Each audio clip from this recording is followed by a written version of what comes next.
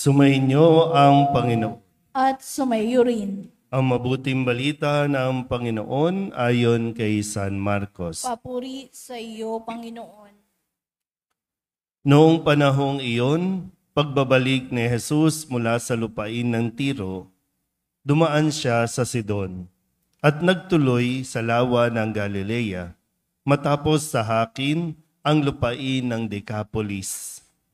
Dinala sa kanya ang isang lalaking bingi at tutal at ipinamanhik nila na ipatong sa taong ito ang kanyang kamay. Inilayo muna siya ni Jesus sa karamihan at isinuot ang kanyang mga daliri sa mga tainga nito. Tumingala si Jesus sa langit at nagbuntong hininga at sinabi sa tao, Ephata, ibig sabihin, mabuksan. At nakarinig na ito, nawala ang pagkautal at nakapagsalita na ng malinaw. Sinabi ni Jesus sa mga tao na huwag ibalita ito kanino man, ngunit kung kailan sila pinagbabawalan, ay lalo naman nilang ipinamamalita ito. Sila'y lubhang nang gilalas at ang wika, anong buti ng lahat ng kanyang ginawa. Nakaririnig na ang bingi at nakapagsasalita ang pipi. Ang mabuting balita ng Panginoon. Pinupuri ka namin, Panginoong Jesucristo. Isang magandang umaga po sa inyong lahat.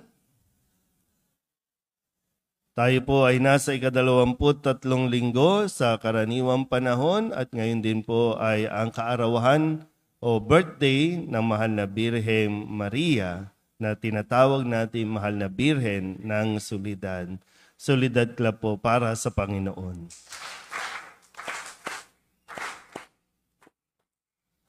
Tayo po ay patuloy na napapasalamat sa Panginoon sa pagbibigay sa atin ng Mahal na Birhen Maria kung saan si Maria ay inihanda sa sinapupunan pa lamang ng tiyan ng kanyang ina. Kaya ang Mahal na Birhen na nagdiriwang ng kaarawan ngayon, kahit na siya ay nasa langit na, patuloy pa rin natin itong ipinagdiriwang.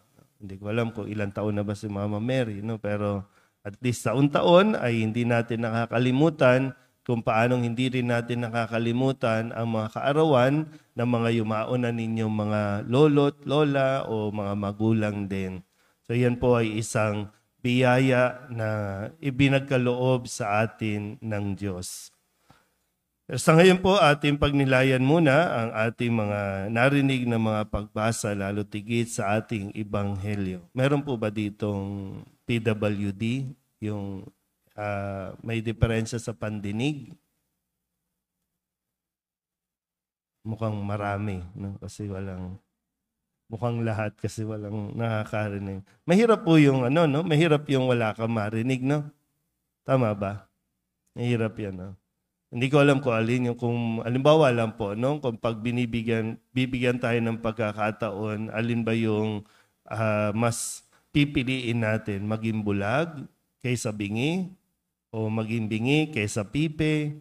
O kung ano man. Pero magkakaugnay po yan, no? Binigay yan, nilikaya ng Diyos ayon sa kanilang function na dapat na makatulong sa tao para mas makita niya, no, kung ano at kung saan siya dinadala ng Diyos. Sabihin niyo nga muna sa katabi ninyo, hindi ka bingi. Yung nagsasabi sa yung hindi ka bingi, yan, pipi naman yan. Hindi tayo nagkakaintindihan. Di ba? Ganun. No? Kasi sabi dito, sa description, ang isang taong pipi, yan ay dahil may problema siya sa pandinig. O, hindi nyo napapansin. Although, siyempre, ngayon, meron tayong mga pamamaraan na kahit ang bingi, pwedeng makapagsalita. No? Medyo mahaba-habang proseso kasi kailangan ng masusim pagtuturo ng pagbuka ng bibig. Kasi hindi nga niya naririnig kung tama ba. Kaya, di ba, kapag naalala nyo, kapag may mga bata, ay tinuturuan pa lang natin magsalita yung paraan o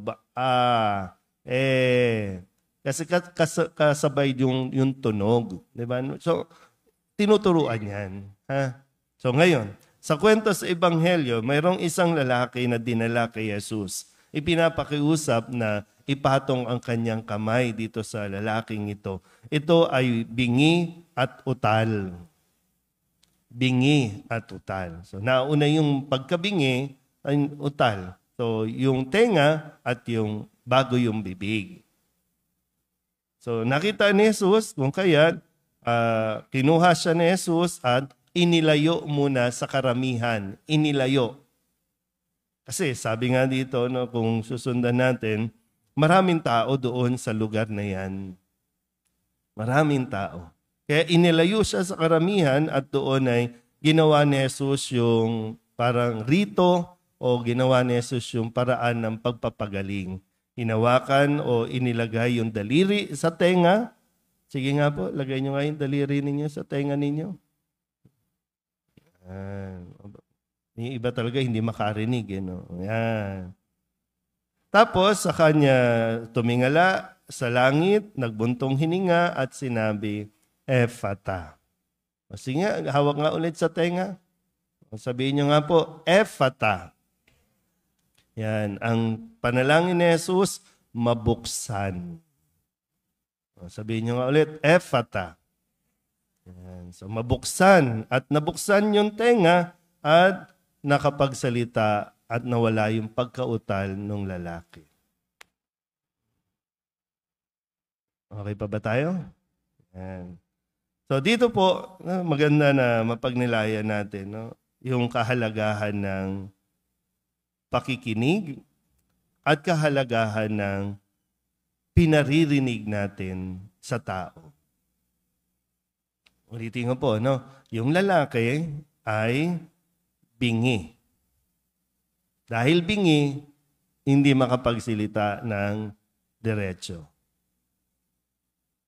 Inilayo ni Jesus itong lalaking ito para nasa ganon sa unang pagkakataon na makakarinig siya, sino ang mapapakinggan niya? Si Jesus, ang Diyos. Naalala niyo pa ba kung anong una niyong narinig? Anong una niyong narinig? Anong una? Sa mga magulang, ano ang una niyong pinarinig sa inyong mga anak? Mama? Papa? Parang hindi naman. Kasi mga naririnig kong bata dito, ang naririnig ko, GAGO, PI. Kasi diba sa tenga, diyan nagre-register, nare-record lahat ng mga naririnig at ipinaririnig sa iyo. Kaya kahit sa tiyan pa lang, diba? Kahit sa tiyan pa lang, sinasabi sa atin ng mga psychologists na kausapin mo yung bata.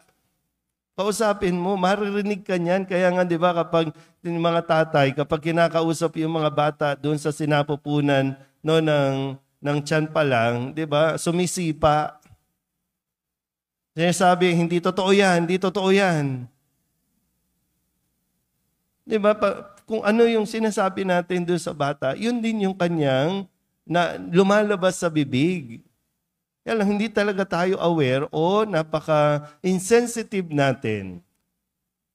Kung hindi man insensitive, napaka-irresponsible natin para iparinig sa mga bata, para turuan sila o ituro yung mga dapat na lumalabas sa kanyang bibig. Kung ano ang naririnig, yan ang lalabas sa bibig.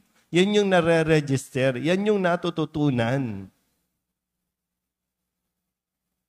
Tapos magtataka kayo kung paano kayo kausapin. Ganun nyo rin kausapin, di ba?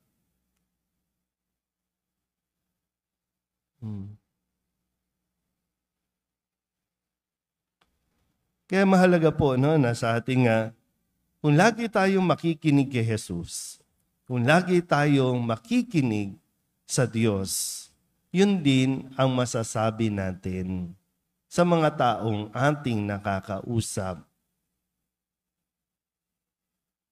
Yun nga lang, malaki ang pagkukulang natin kasi lagi tayong nagbibingi-bingihan. At yun yung isang mahirap gamutin, yung taong hindi naman bingi. Mas madaling gamutin yung taong totoong bingi kaysa sa taong nagbibingi-bingihan.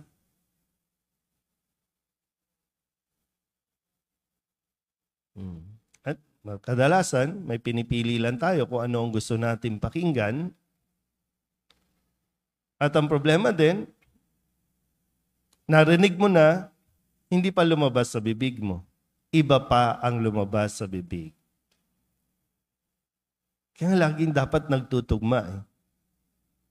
Yung nakikita, dapat napapakinggan mo rin. At yung napapakinggan mo, yan din dapat ang lalabas. Kaya lang magkaiba eh. Nakita mo na, pero iba yung lumabas sa bibig. Dahil iba din yung pinakinggan. So bakit tayo nagkakaproblema? Bakit ka may problema ngayon?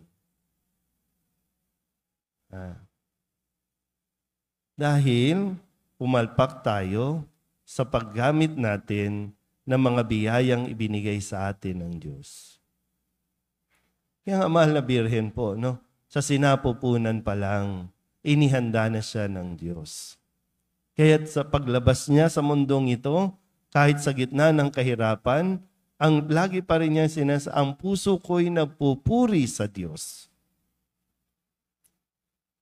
Kasi yan din ang naituro sa kanya ng mga magulang. At nang siya ay maging ina na ni Jesus, yan din ang kanyang itinuro sa kanyang anak na si Jesus.